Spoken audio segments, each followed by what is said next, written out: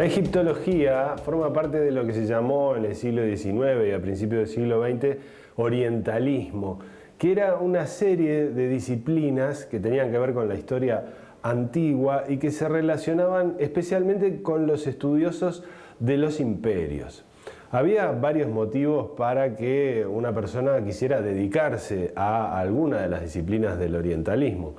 Una de esas razones era justamente la de hacer una carrera académica. Historiadores, especialistas en historia antigua, con acceso a nuevos territorios conquistados por algunos países como Gran Bretaña o Francia o incluso Alemania, empezaban a estudiar esas disciplinas que tenían que ver con la historia de esos lugares. Pero justamente también porque se trataba de imperios que conquistaban nuevos territorios, había motivos políticos para dedicarse al estudio de las costumbres, de la historia de los pueblos conquistados. Y por eso se le llamaba, en términos generales, orientalismo. Se refería a todas las ciencias relacionadas con la historia y lo que ahora llamaríamos antropología de los países que quedan en el Oriente, en el cercano, medio y lejano Oriente.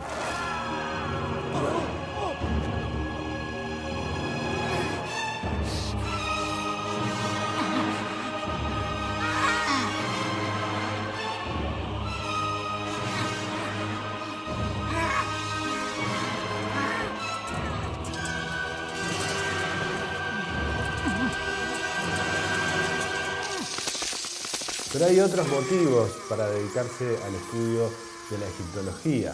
Por un lado, los tesoros. Algunos buscadores de riquezas fáciles podían interesarse por el estudio de las tumbas, donde se sabía que podía haber metales preciosos, podía haber joyas que se enterraban junto con, por ejemplo, los faraones.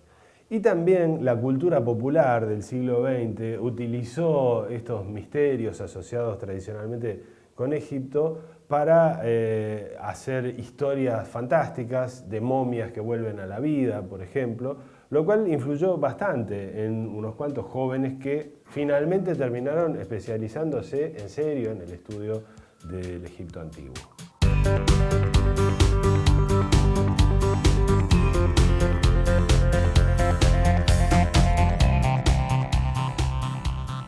Juan José Castillos es egiptólogo y le doy la bienvenida a la habitación china. ¿Cómo está, Castillos? Muy bien, muchas gracias. Egiptólogo ya de por sí es una denominación un poco rara porque no estamos acostumbrados a que un nombre de un país se le sume el logo, ¿no? No hay uruguayólogos, no hay sumeriólogos, pero hay egiptólogos en todo el mundo. Hay sumeriólogos.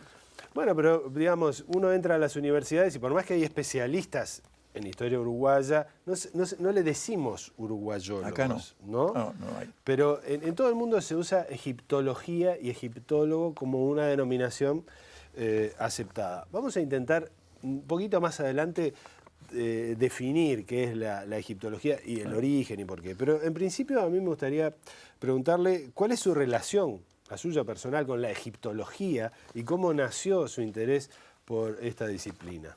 Bueno, yo al principio tuve una vocación por las ciencias exactas. Quería estudiar física nuclear. Llegué a tener un laboratorio en mi casa. Iba a ser una pequeña fuente de neutrones para hacer irradiaciones. Tengo muchas anécdotas al respecto. Una vocación de esas. Recuerdo que mi padre para Reyes un día, el regalo que me hizo fue un libro, Introducción a la Física Nuclear.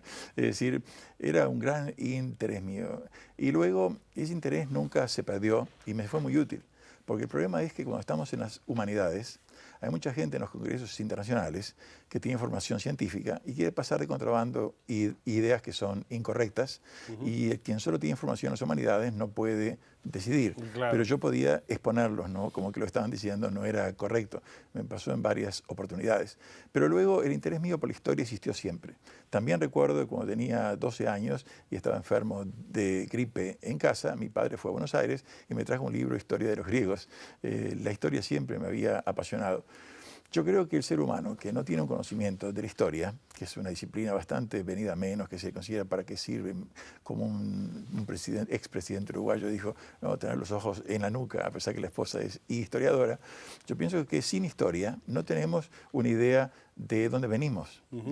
Es decir, Cicerón, un famoso estadista romano, dijo algo que es muy importante. Dijo que no conoce la historia será siempre como un niño, porque no sabe de dónde viene, por qué pasan las cosas en el mundo. Todo le parece nuevo, todo le parece que empezó ahora. Es una lástima. Eso es cierto, pero justamente la egiptología parece que plantea un problema a un uruguayo. Uno diría, ¿qué relación puede haber entre, no sé, los faraones o los ptolomeos o lo que sea y los uruguayos? Y ahí es donde aparece de pronto, decir, bueno, ¿cómo a un uruguayo le surge este interés por Egipto? Por eso no hay cátedras de egiptología, que en Uruguay, cuando en el primer mundo, en las principales universidades, hay cátedras de egiptología, en los países que en ese sentido están mucho más avanzados que nosotros.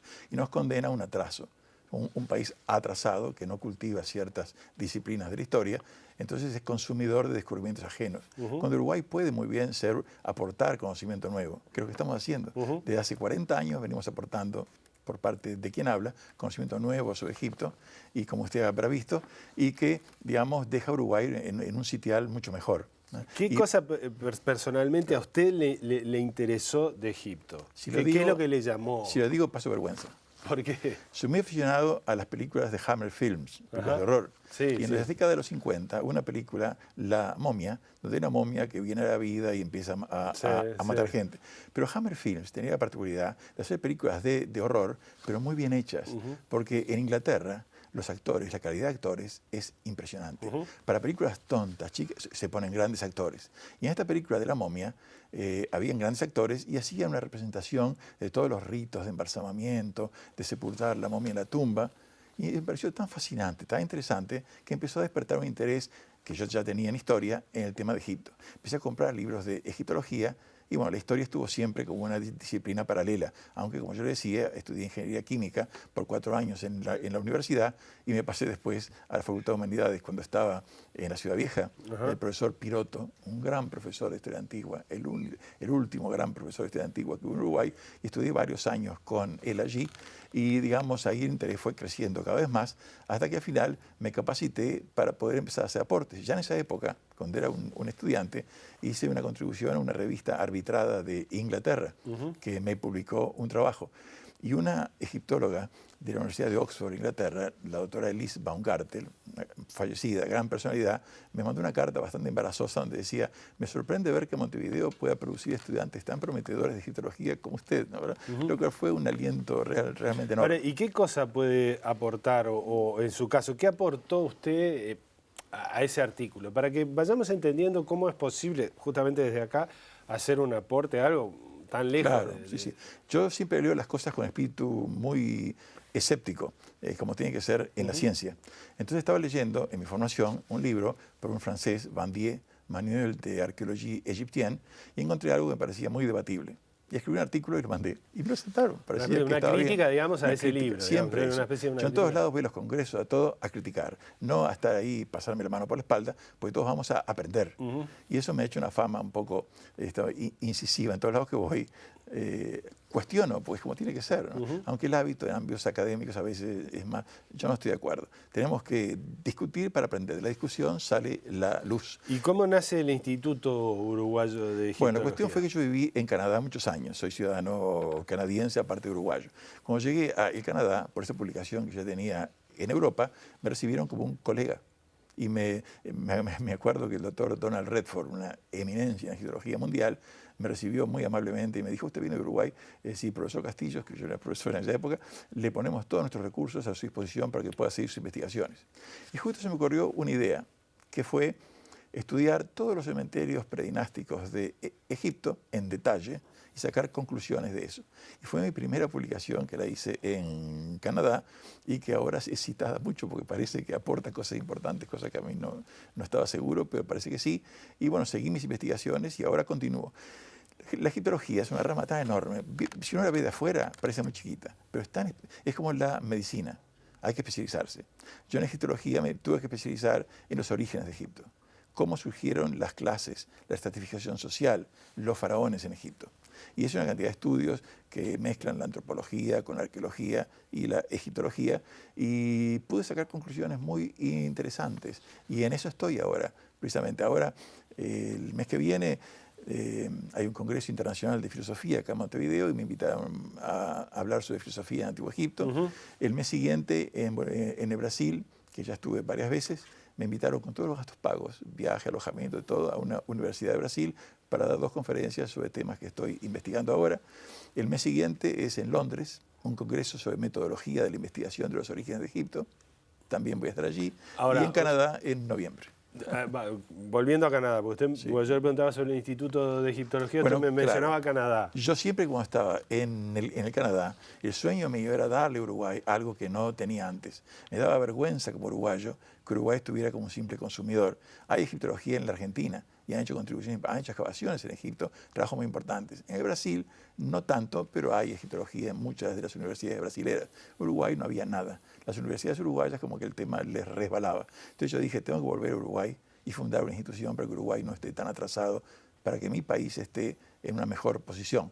Entonces volví a Uruguay, me sacrifiqué en el Canadá muchas cosas que me habían servido de una forma personal, las dejé de lado para poder traer fondos, para poder tener una sede propia. Sin sede propia hay que estar a las decisiones de otros, ¿no, verdad? Entonces fundamos con un local muy grande, un instituto de egiptología, un museo de egiptología, con objetos de reproducciones principalmente, que había comprado de buena calidad en museos de todo el mundo. En Francia costaban $1000 y pico, las compré, y se inició así el museo. Luego empezó a crecer el museo por donaciones de uruguayos, que parientes habían ido a Egipto muchos años antes y empezaron a hacer donaciones. Y ahora es una colección pequeña, pero bastante interesante que tenemos en nuestro museo. Y empezamos a ofrecer clases. Hay una carrera de egiptología con 4 años, 20 cursos. La gente puede recibirse con un diploma de egiptólogo. Cuando usted dice empezamos, ¿quiénes son? Bueno, cuando yo vine, empecé yo con mi colega. Había otro egiptólogo uruguayo que lo formé yo desde Canadá. Era un catedrático en la universidad, pero en veterinaria. Pero estaba muy interesado en la fauna del Antiguo Egipto. Y yo desde Canadá lo fui guiando en lecturas y llegó a un nivel muy importante en filología, o sea, en la lengua egipcia antigua y en la religión egipcia, que era el tema que le interesaba más a él. Entonces, cuando llegué, Bianchi y yo abrimos el instituto. Mucha gente empezó a venir, había un interés tan grande, hemos tenido centenares de alumnos en el instituto. Desafortunadamente, no hay incentivos materiales cuando la gente se recibe, no se han graduado todavía. Hemos tenido alumnos de la Argentina que vienen a estudiar acá. El problema es que hay que tener la vocación, la perseverancia de seguir, dar los exámenes y recibirse.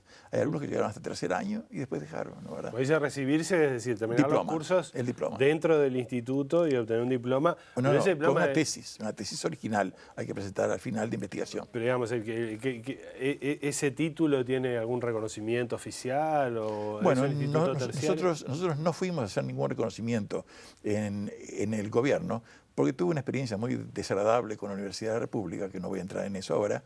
Entonces, fíjese que muchos de los que deciden eso son gente de la Universidad de la República, contra la que tengo una denuncia pública. Entonces, lo más probable es que nos iban a tirar al bombo, ¿me entiende? Entonces, como tenemos reconocimiento internacional, me invitan de universidades, de museos. Fíjese, ¿cuántos uruguayos han tenido la oportunidad, que hay estudiantil en la universidad, de dar una conferencia en el Museo Británico, por ejemplo? Bueno, yo fui en conferencias pocos años, Museo Británico. Me han invitado de importantes lugares, en congresos, en seminarios. En Polonia me invitaron a presidir una sesión académica, donde había egiptólogos de Alemania, Inglaterra, Estados Unidos. Entonces fíjese que el reconocimiento que tenemos es internacional. Nosotros no formamos, ni queremos formar, como yo llamo licenciados de entrecasa, que se destacan por acá, pero si salen de acá hacen papelones. Queremos formar gente que se diplome de egiptología, vaya por el mundo y pueda dialogar de igual a igual con alemanes, ingleses, franceses. Y esa es la aspiración nuestra. Ha faltado la vocación y perseverancia de que alguien se reciba y poder formar más egiptólogos uruguayos. Para que cuando yo me muera, que no Uruguay vuelva a la posición que estaba antes, de atraso. ¿Me comprende? No, claro, lo que parece complicado es, al no haber una institución, digamos, que permita justamente esa continuidad, existen esos riesgos que usted mismo está diciendo. O sea que, digamos, la única forma de estudiar egiptología en Uruguay es a través de su instituto. Lamentablemente. Sí, pero si uno estudia historia antigua Si un estudio de historia, Si la República existe. seguro, en la Facultad de Humanidades. Cierto. Ahí también tiene una formación, aunque no tenga... No, lamentablemente no. ¿No? Es decir, la persona que está a cargo de historia antigua allí me merece serios reparos. Es parte de la denuncia que tengo contra la universidad, pero no voy a entrar en ese tema ahora. Entonces, fíjese que estudiantes de allí vienen a consultarme a mí para cosas que le encargan en historia antigua, porque ahí la guía que tienen es muy pobre. La persona que está a cargo de historia antigua no tiene publicaciones, no la conoce nadie, ¿me entiende? Esas cosas raras que pasan dentro de la universidad. Ahora, yo planteé en un momento que se creara una cátedra de egiptología en la universidad y con excusas, que no había fondos, no lo hicieron. ¿Pero y por qué excusas? Es decir, ¿cuál sería el interés en que no hubiera algo así? El interés es algo que no es solo de Uruguay, es de otros países. Es una deformación clasicista. En las universidades nuestras, desgraciadamente, están chapadas a la antigua, viene del siglo XIX. Entonces, como Grecia y Roma es lo más grande, todo lo demás son bárbaros, ¿no? Una concepción completamente errónea que no existe en el resto del mundo. Y de ahí viene el prejuicio contra la egiptología. Bien, lo invito a hacer una primera pausa y a la vuelta a hablar un poquitito de qué es la egiptología, porque hasta ahora hemos hablado un poco alrededor de eso y no sabemos bien de qué estamos así. Sabemos que hablamos de Egipto, sabemos que hablamos de los faraones, pero, en fin, vamos a tratar de definir un poquitito mejor qué es eso y qué relación tiene, por ejemplo, con el siglo XIX. Y con Uruguay. Y con Uruguay. Mucho gusto.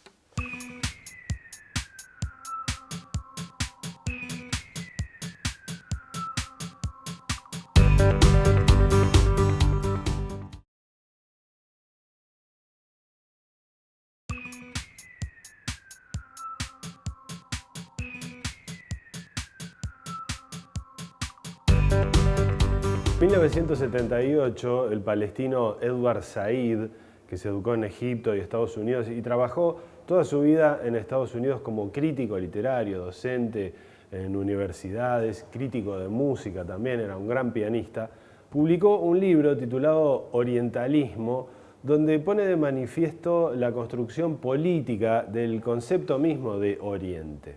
¿Qué es Oriente?, dice Said. Pues bueno, es un invento necesario para determinadas funciones geopolíticas de algunos países europeos, específicamente Gran Bretaña y Francia. Y dice que el estudio de Egipto, lo que conocemos como egiptología, es central para la construcción del orientalismo, porque este estudio comienza en Europa con la invasión por parte de Napoleón de Egipto a principios del siglo XIX, se desarrolla luego fuertemente en Gran Bretaña y termina generando la idea y el discurso explícito de los británicos de que los que saben cómo es Oriente son los británicos y no los propios habitantes de los países del Oriente. Said dice que específicamente la egiptología, como una de las disciplinas centrales del orientalismo, es muy importante porque allí en Egipto comenzaron realmente los estudios académicos a partir de la invasión de Napoleón a principios del siglo XIX y después con el afianzamiento del estudio de estas disciplinas por parte de Gran Bretaña.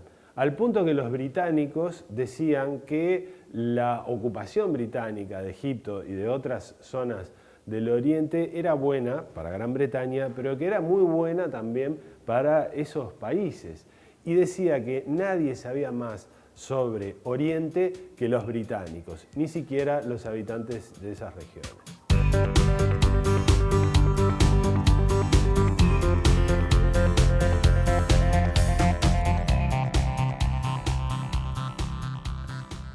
Castillos, ¿cuándo nació la egiptología como una disciplina en el mundo, no en el Uruguay? Claro, la egiptología nació con Champollion, quien pudo descifrar los jeroglíficos egipcios por primera vez a principios del siglo XIX. La primera cátedra de egiptología se la dieron a Champollion, en 1832. Lamentablemente falleció muy poco después, muy joven. La siguiente cátedra de egiptología tuvo lugar en Alemania, en la segunda mitad del siglo XIX. A fines del siglo XIX, en Inglaterra, se creó otra cátedra y de ahí empezó a proliferar por todo el mundo.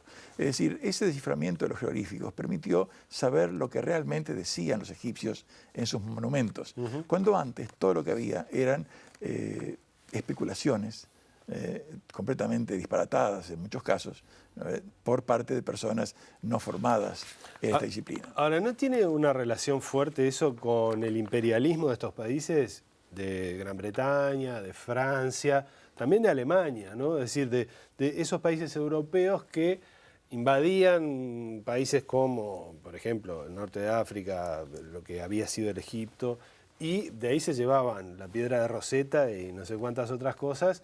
Y entonces, bueno, sí, se ponían a estudiar eso, pero se lo ponían a estudiar desde su lugar como cabezas de imperio. ¿No tiene también ese sentido histórico el estudiar específicamente Egipto? Claro, en muchos temas hay que tener mucho cuidado con la corrección política, que está muy de moda ahora, y simplificar demasiado las cosas. Eso pienso es un gravísimo error.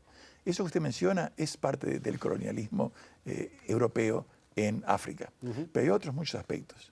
El interés que había en Egipto era por la Biblia. Originalmente era comprobar cosas que decían la Biblia, claro. O sea que Egipto aparece en la Biblia mucho. Claro. Y también el prestigio nacional, incorporar a los museos que estaban apareciendo en estos países europeos objetos del mundo antiguo que les daban más prestigio, una competencia muy grande.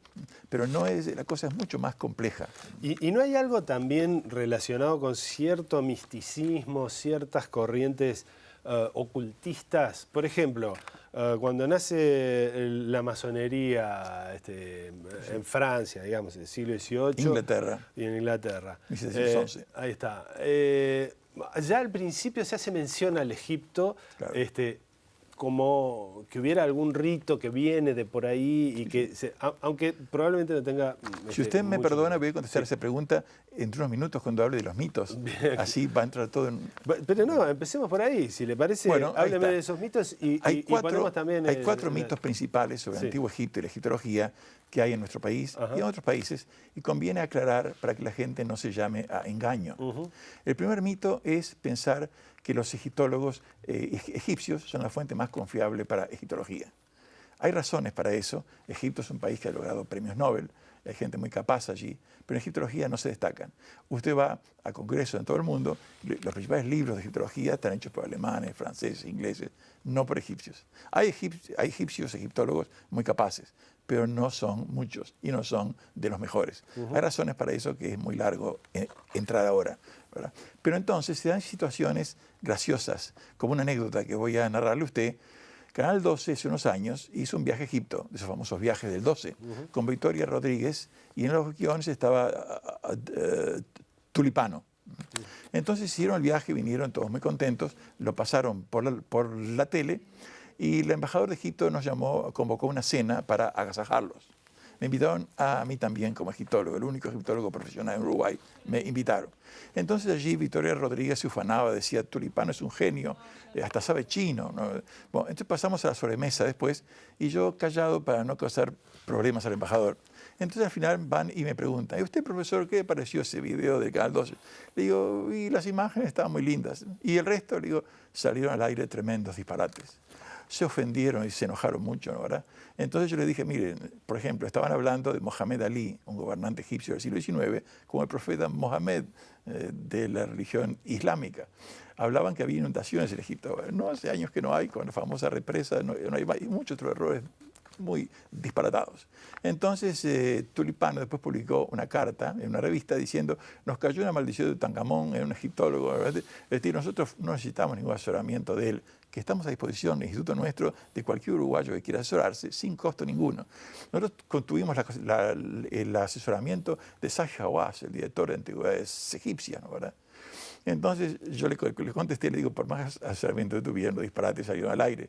Y lo que no sabía Tulipano, y no saben muchos uruguayos, es que Zahi Hawass, muy famoso, ha dicho tremendos disparates. Por ejemplo, unos uruguayos le mostraron unas fotos y material de la momia nuestra, la momia egipcia que está en Montevideo, y muy suelto de cuerpo, Zahi Hawass dijo, sí, es una momia de la misma época que las momias que yo descubrí, las momias doradas, que él había descubierto.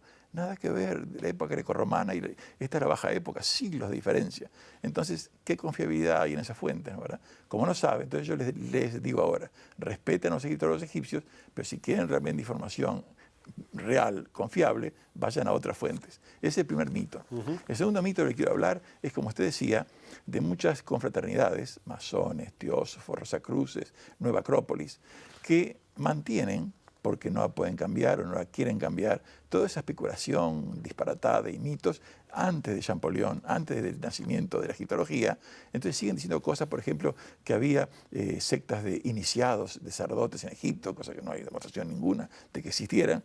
Hablan de que las pirámides no eran tumbas, que eran en realidad lugares de iniciación. Hablan de una alquimia que había en Egipto, sea práctica o espiritual, que nunca hubo alquimia en Egipto hasta la época greco-romana, por lo menos. Entonces, si uno va y confía en lo que se le dice en esos lugares, están teniendo una información errónea, completamente vetusta, obsoleta, y no se quieren ayornar, ¿no? ¿Verdad? Y es una lástima porque la gente sale mal informada. El tercer mito al que quiero referirme es de aficionados. Hay aficionados en todo el mundo, y en Uruguay especialmente, que salen a divulgar, a dar conferencias sobre Egipto como gente muy informada. Hay universidades acá de Montevideo que los consultan a esos aficionados, en vez de ir a nuestro instituto, que es la fuente autorizada internacional académica de Uruguay, a consultarlos. El Instituto de Profesores Artigas, un museo vinculado a la Intendencia, cuenta como asesor a esos grupos de aficionados. Y fíjese qué error grande que están cometiendo, porque uno de esos aficionados consiguió de alguna forma que lo nombraran miembro asociado de la Asociación Internacional de Egiptólogos, que es una categoría hecha para aficionados. Este señor en la página web de ese grupo sacó que era miembro de la Asociación Internacional de Egiptólogos, como si fuera un egiptólogo competente. Nosotros le informamos y tuvieron que conminarlos a que cambiaran eso. Fíjense qué deshonestidad, se presentaban como lo que no eran. O sea, ¿cuán confiables pueden ser esos aficionados cuando se comportan de esa forma?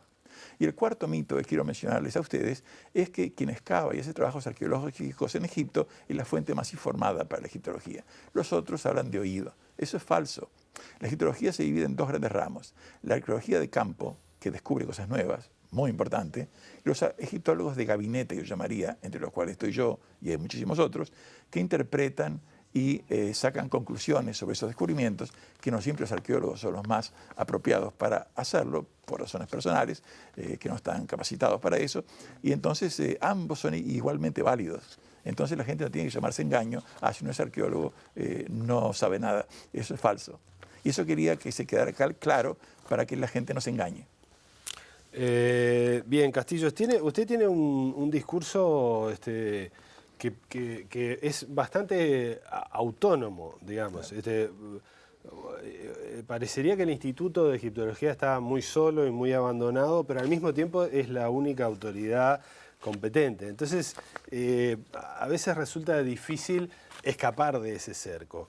Claro, yo me pregunto, muchas veces me he preguntado, como tantos uruguayos, ¿por qué Artigas no quiso volver a Uruguay cuando fue invitado muchas veces? Y no lo comprendía. Ahora, con mi experiencia personal, desde que volví hace 30 años, para ofrecerle a Uruguay algo que no existía antes, para realzar la... ¿Usted se siente identificado? No, por favor, con Artigas no, un gran héroe. Simplemente no noto un cierto paralelismo y entiendo por qué Artigas no quiso volver. Porque uno viene a Uruguay, le quiere ofrecer a Uruguay algo nuevo, cultural, que no existía, para que Uruguay deje de ser un país atrasado. Alguien que ha hecho aportes importantes que se citan en las principales obras de egiptología, y en vez de a esa persona hacerle todo lo más fácil posible, he tenido piedras en el camino, he tenido hostilidad. Entonces ahora comprendo, Artigas, ¿por qué no quiso volver? Yo me hago pregunta y digo, bueno, es un presidente uruguayo, lo quiso hacer volver. Fue el presidente que estuvo luchando con las tropas portuguesas, ¿no? Con las mismas tropas que derrotaron a Artigas.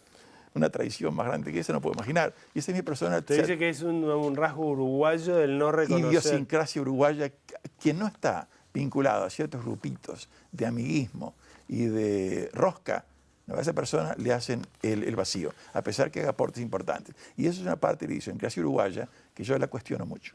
Bueno, vamos a tratar de volver un poquito a la definición de la egiptología, que no me sigue sin quedar clara, pero no por el caso suyo, no, claro, sino en términos generales. Pues yo entré a la página de Oxford, por ejemplo, y tiene 100.000 documentos sobre egiptología. Pero resulta raro decir, bueno, ¿por qué estudiar Egipto así como si fuera una especie de cápsula aislada en el tiempo? ¿Qué se estudia de Egipto? ¿Se estudia toda la historia todo lo que está dentro del territorio, ¿desde qué época hasta qué época? Si usted me lo permite, voy a responder a dos de las preguntas que usted me ha hecho anteriormente. Sí. La primera de ellas es, ¿qué es la egiptología? Es una rama de la historia. Es la historia de la civilización faraónica, una de las más grandes civilizaciones en la historia de la humanidad. Las primeras civilizaciones que aparecieron en la historia de la humanidad surgieron en Egipto, en Mesopotamia, en la India, en China y en nuestra América. Entonces, estudiar eso es ir a nuestras raíces, a nuestros orígenes. Entonces, la egiptología estudia de los orígenes más remotos de Egipto hasta el periodo greco-romano. Lo demás es Egipto moderno. Eso es lo que es la egiptología. Ahora, ¿por qué egiptología en Uruguay? ¿Para qué nos sirve? ¿No? Bueno, la gente también, la mayoría, ignoran hechos que Egipto no es un país exótico, distanciado de nosotros, como Japón, por ejemplo, sino que está muy vinculado a nosotros. Son nuestros antecesores culturales más remotos.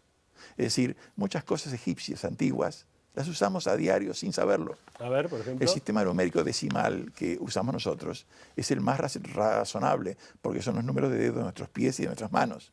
Hay muchos sistemas, está el binario, hexagesimal, sexagesimal. Uno puede inventar cualquier sistema base para medir. Pero surgió en Egipto hace 5.000 años.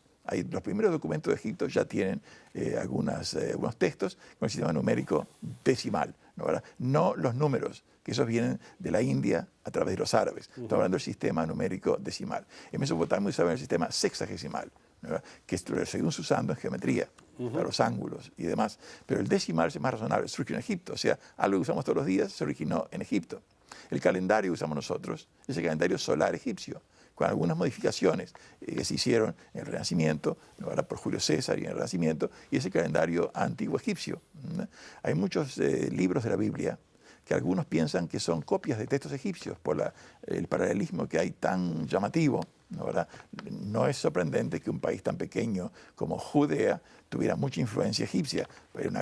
Egipto en la época antigua era una de las grandes potencias del Medio Oriente, como Estados Unidos y la Unión Soviética. Bueno, en aquella época eran Egipto y Mesopotamia. Entonces, digamos, hay muchos otros aspectos, digamos, que nos vinculan mucho a Egipto. Las letras de nuestro alfabeto probablemente provienen del Antiguo Egipto. O sea, la escritura hierática probablemente influyó a pueblos del Asia Occidental para los primeros alfabetos que surgieron en el segundo milenio. Luego los griegos lo tomaron, los romanos se lo tomaron y llegó hasta nosotros. Así que hay evidencia que puede justificar que los antecesores más remotos de nuestras letras se originaron en el sistema hierático del Antiguo Egipto. Entonces ya no es un país divorciado de nosotros. No, lo invito a que hagamos una última pausa y que siga contándome algunas de esas cosas ya para redondear el programa.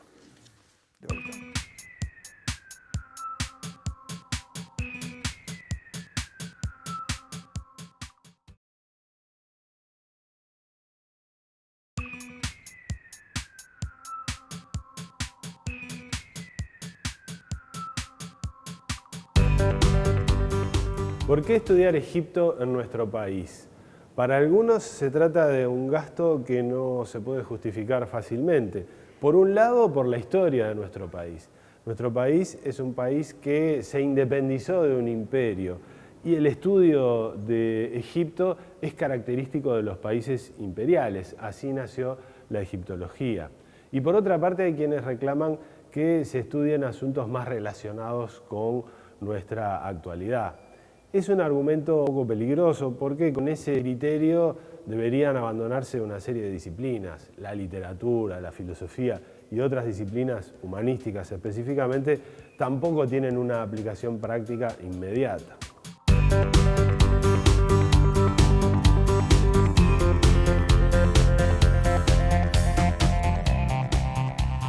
Yo sé que hay una momia en Uruguay y de hecho usted la mencionó, egipcia, sí.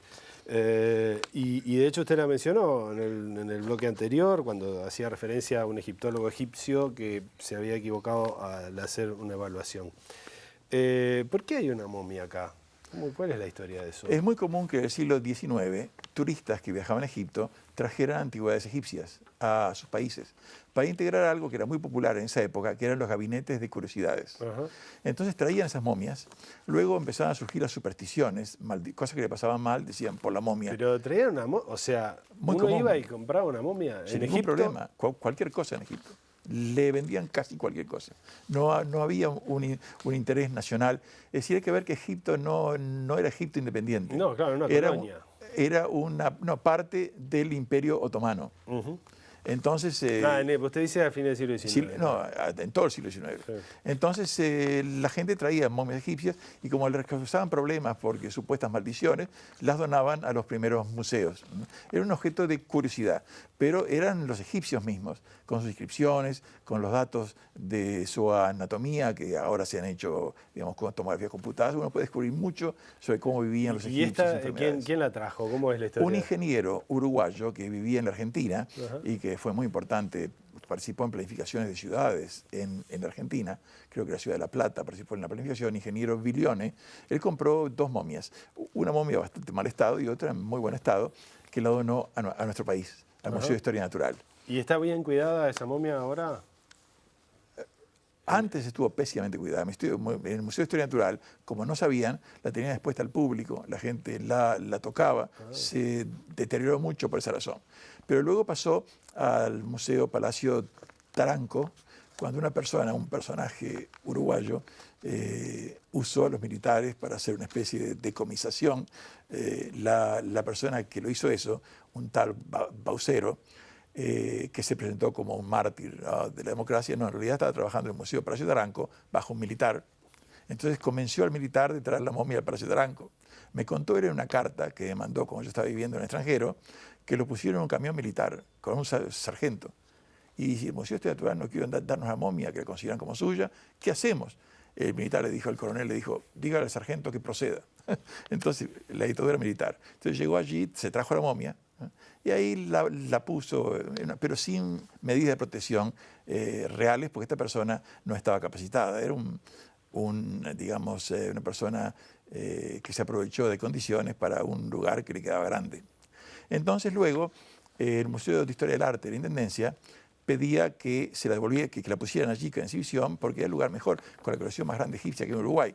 Y nosotros, el Instituto Uruguayo de Egiptología, apoyó, dimos un escrito de que como egiptólogos recomendábamos que estuviera allí, que es lo lógico, que estén las antigüedades egipcias todas juntas en un solo lugar, para dar una impresión un poco mejor. Y parece que esos movimientos en ese sentido tuvieron éxito y ahora ahí se está exhibiendo mejor, porque ahí pusieron una sala climatizada. Entonces yo pienso que está mejor allí en el Museo de Historia Natural. Estoy de acuerdo que esté allí. Ahora, ¿está en el Museo de Historia? No, de Historia del Arte, perdón. En MUAR. En la Intendencia. Bien, bien.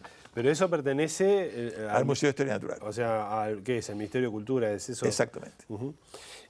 O sea que ahora está en Yo pienso que está mejor que antes. ¿Y se han hecho estudios sobre esa momia en particular?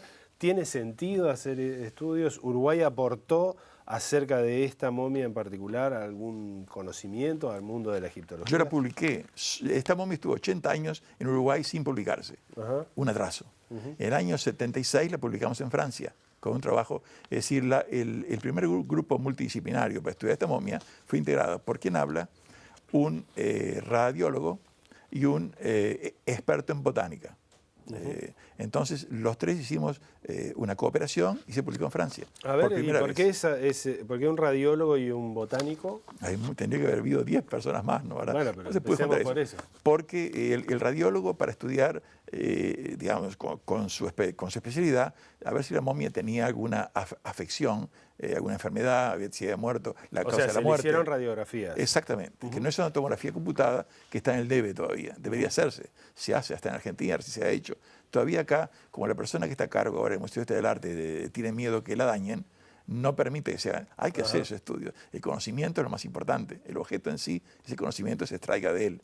Y el experto en botánica para identificar las maderas del ataúd de la momia, que se pensaba que era una sola, el sicomoro, y esta persona determinó que no, que había 2 maderas, sicomoro y una madera, digamos, más dura, que no la pude identificar porque yo estaba, el Museo de Historia del Arte el director en ese momento tuvo la gentileza de ponerme a mí a cargo de eso y yo tenía miedo que le sacara un pedazo muy grande de madera y le tuve que sacar un pedazo tan chiquito que no, solo pude determinar que era dura, pero tenía miedo que hiciera un daño importante.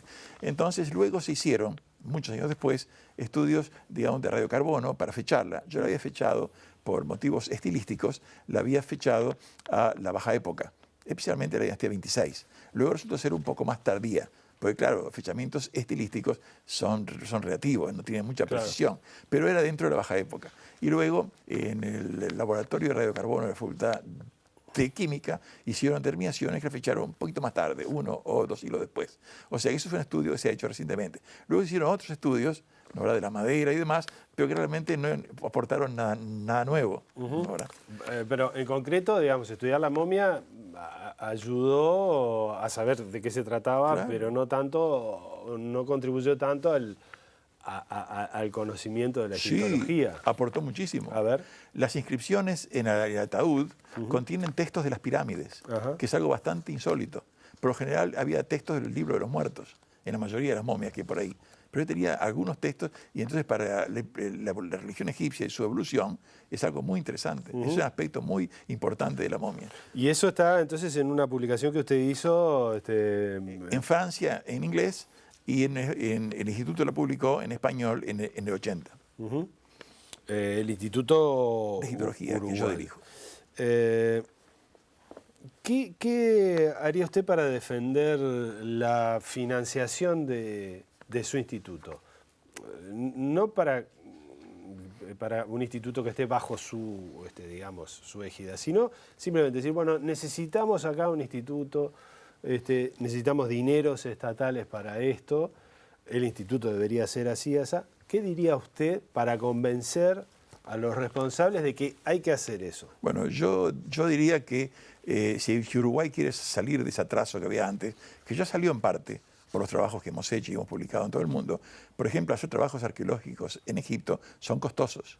Entonces, que el gobierno pusiera dinero para que egiptólogos de Egiptología fueran a hacer trabajos arqueológicos en Egipto, eso sería un aporte muy importante. Para mejorar nuestro museo, usted va al museo y se caen las paredes por la humedad. No tenemos recursos para mejorar. Es el Museo de Egiptología. De que funciona en el instituto. Hace unos años, la Intendencia de Montevideo sacó un fondo capital donde daban varios miles de dólares para propósitos culturales.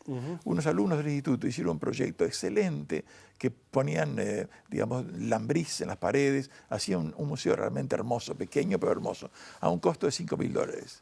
Cuando lo presentamos en la Intendencia, la persona que recibía dijo, este es el mejor proyecto que hemos visto hasta este momento. No, le dieron $3.000 a una obra de teatro, que es muy interesante, se da y muere. A nosotros $5.000 Pero Castillo, no. Somos incontables los que hemos perdido fondos concursables. No es, imagina.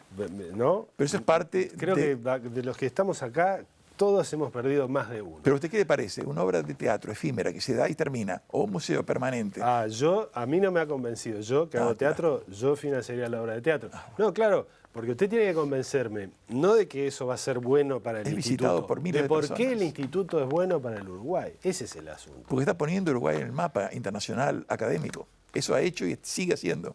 Uruguay en las universidades y museos del mundo es conocido ahora por nosotros. Si no fuera por nosotros, Uruguay sería un cero. ¿Me comprende? Bueno, está bien. Es una manera de hacer conocer al Uruguay. Pero de pronto hay otras maneras que... El problema grande que acá en Uruguay, y yo hablaba de universidades uruguayas que consultaban aficionados en vez de al egiptólogo profesional que en Uruguay, la opinión mía es la siguiente. En Uruguay, para mí, hay solo una universidad de acuerdo a la idea tradicional de lo que debe ser una universidad. Expandir el conocimiento humano, enseñar en todos los ámbitos de conocimiento. La universidad estatal. Para mí, todas las demás universidades que en Uruguay son academias glorificadas. Algunas empezaron como academias y el gobierno decidió reconocerlas como universidades o institutos universitarios. Atienden a disciplinas y carreras redituables, que la gente paga muchos miles de pesos al mes porque al final van a graduarse y ganar mucho. Pero ¿y la historia? Yo me acuerdo del caso de la Universidad Católica, que cuando no era una universidad, me parece que tenía cursos de historia. Ahora, cuando sacaron, hace unos años, sacaron todas las carreras de grado de la Universidad Católica y la historia está ausente por completo. Entonces yo decía, es lógico que una universidad casi sin historia se dé el lujo de ignorar a la historia con mayúscula, pero es algo que Uruguay parece estar a contramano del resto de los países del mundo en lo que debe ser una universidad. Pero en fin, es mi opinión personal. No, está bien, por eso yo le decía hoy que digamos, usted parece ser el único individuo que defiende digamos, la pureza de su propio conocimiento, lo cual me parece bien porque uno tiene que defenderse a sí mismo, Lógico. pero bueno, finalmente tiene que aceptar que si hay un montón de gente que no está de acuerdo, de pronto tiene sus razones también. Pero tengo que decir mi opinión. Me parece bien, me parece muy bien. A mí me gustaría preguntarle, y que tiene que ver con la pertinencia de que en Uruguay se estudie esto. Me decía, bueno, acá estudiamos la momia o hicimos un estudio, se estudia de gabinete, todo bien, ¿no? Pero realmente yo sigo sin estar convencido que un país como Uruguay, al contrario de lo que ocurre con Francia, con Gran Bretaña, con Alemania, con países que estuvieron metidos en la historia de esa parte del mundo, de Egipto, que uno va a los museos y se encuentra con todas esas cosas ahí, uno está como más cerca, ¿no? Entonces, no parece haber otras prioridades para Uruguay, en vez de estar tratando de hacer lo que cientos y cientos de investigadores de primera línea están haciendo ya, mucho más cerca de las fuentes, al lado de la piedra de Rosetta. Pero eso es realmente renunciar a algo que es muy prestigioso para Uruguay.